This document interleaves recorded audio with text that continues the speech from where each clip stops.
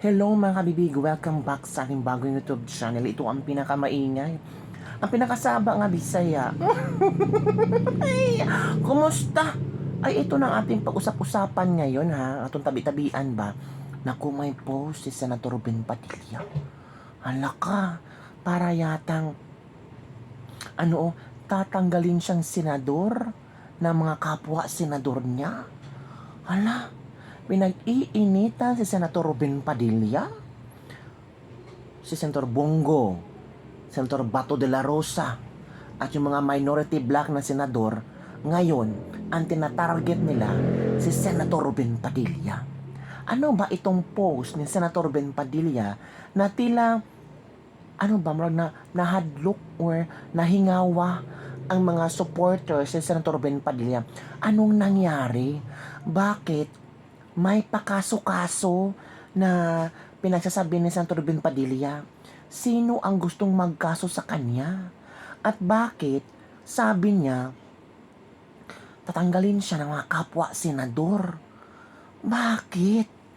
Ito kabibiga, basahin natin ha. Maraming salamat po sa biyaya na ibinigay sa akin ng mga taong gumawa ng fake news at literal na binastos ang aking pananampalataya at naglatag pa ng kaso sa akin sa pagsasagawa ko ng kalima o tauhid sa oras ng pag-awit ng lupang hinirang. So pinakakasuhan ni Senator Ben Padilla dahil gumawa siya ng ganito. O yan, yung picture na yan kabibig. O, yan daw ang ginawang ebidensya ng mga taong gusto siyang kasuhan.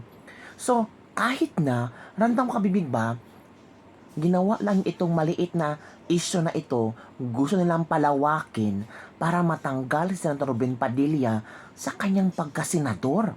Sabi pa dito kabibig, katulad ng aking sinabi, hindi ko ipagpapalit ang pananampalataya ko sa politika. Hindi maging senador o anuman paman ang posisyon ang magpapatalikod sa akin sa la ilaha ilaha.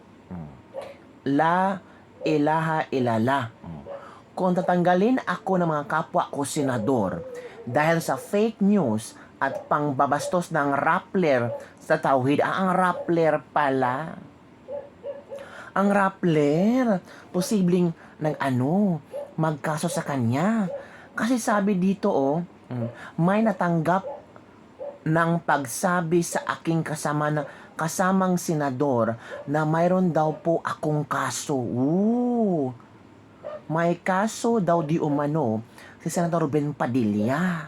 Nako, sabi ni Senator Ben Padilla ha, kung tatanggalin ako ng mga kapwa ko senador dahil sa fake news at sa pangbabastos ng Rappler sa tauhid, maligaya po akong magbibitiw.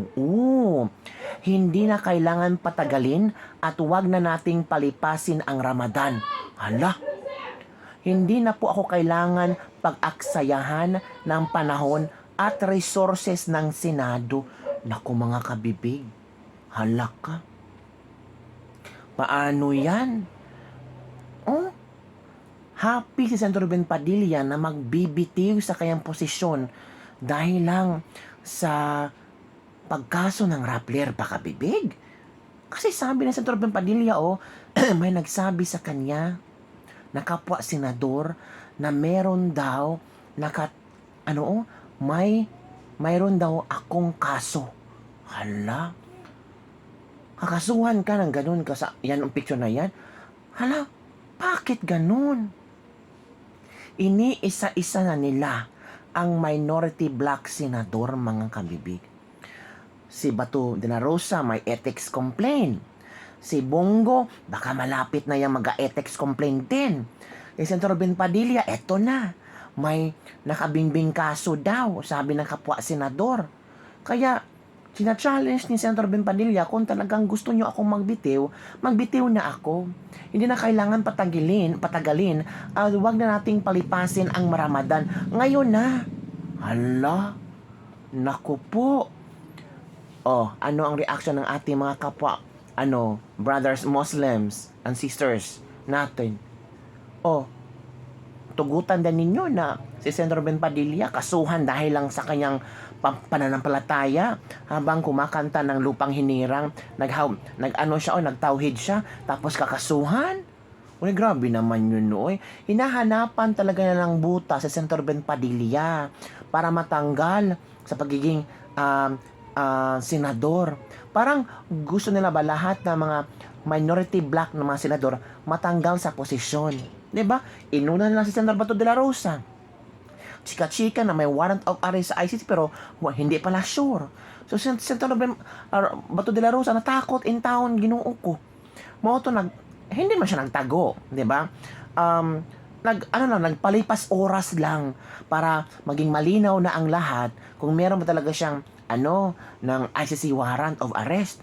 Si Senator Bongo naman, ginawang co-perpetrator ni Digong sa ICC, pero hindi takot si Senator Bongo.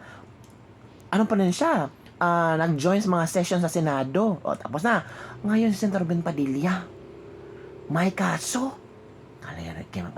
Ito ang komento ng ating mga netizen. Ito. Yan ang tunay na iman, hindi ipagpapalit ang pananampalataya sa kanino mang makamundong bagay. Hindi katulad ng iba dyan na nasa Congress na mas pinili ang maleta kaysa tama. Nako.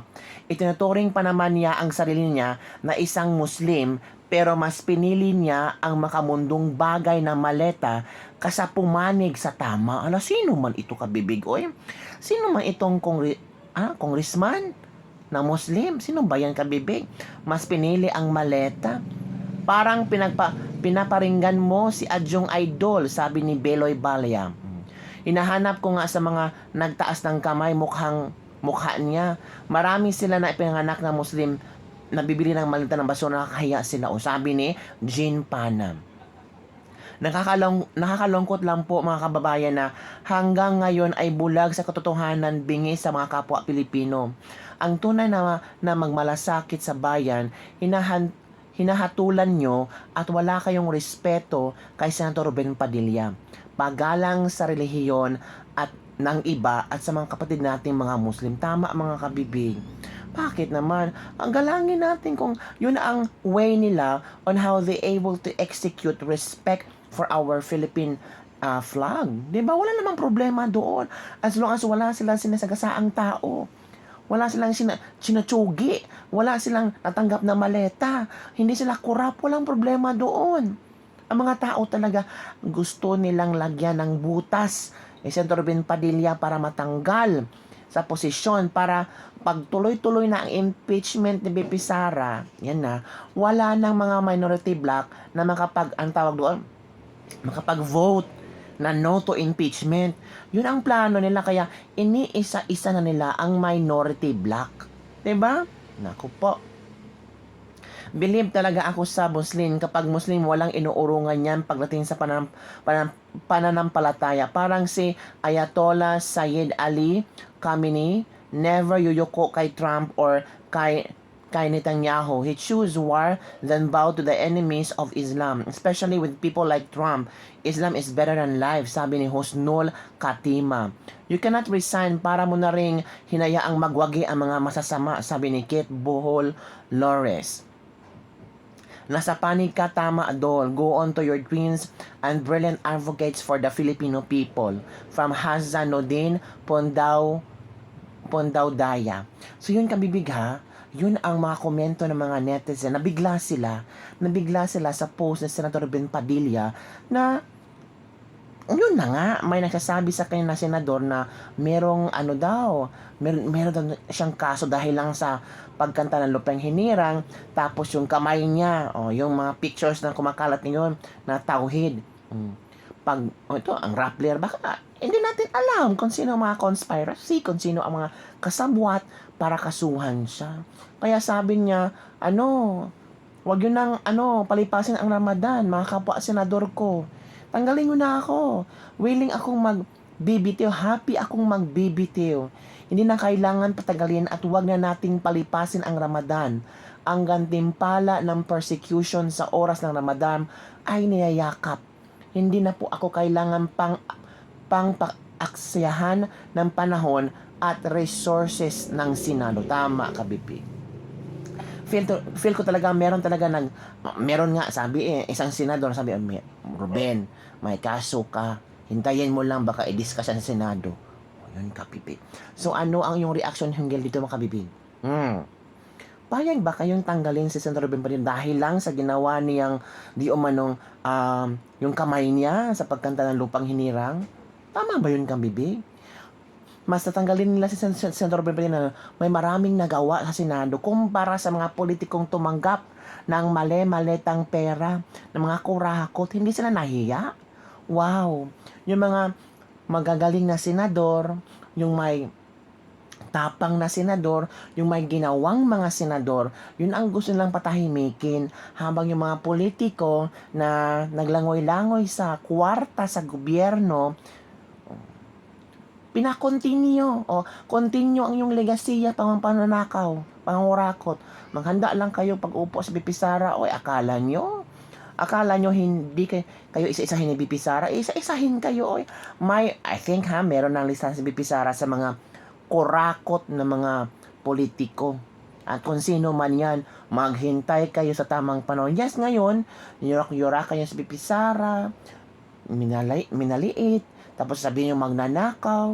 Noon, ang tinatawag lang magnanakaw si BBM. Pero ngayon, nag-iba ang panahon, si BP Sara na naman ang nagnanakaw, may mga plunder, and so on and so forth. Okay lang. Kaya pa ni BP Sara.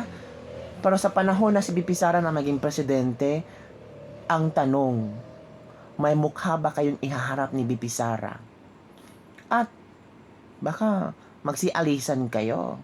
Baka maging balingbing din kayo. Alam ni BP Sara ang mga klaseng ng pagkatao ninyo. Yun lang, kabibig. Don't forget to like, subscribe, and share this video. Bye everyone. See you next time.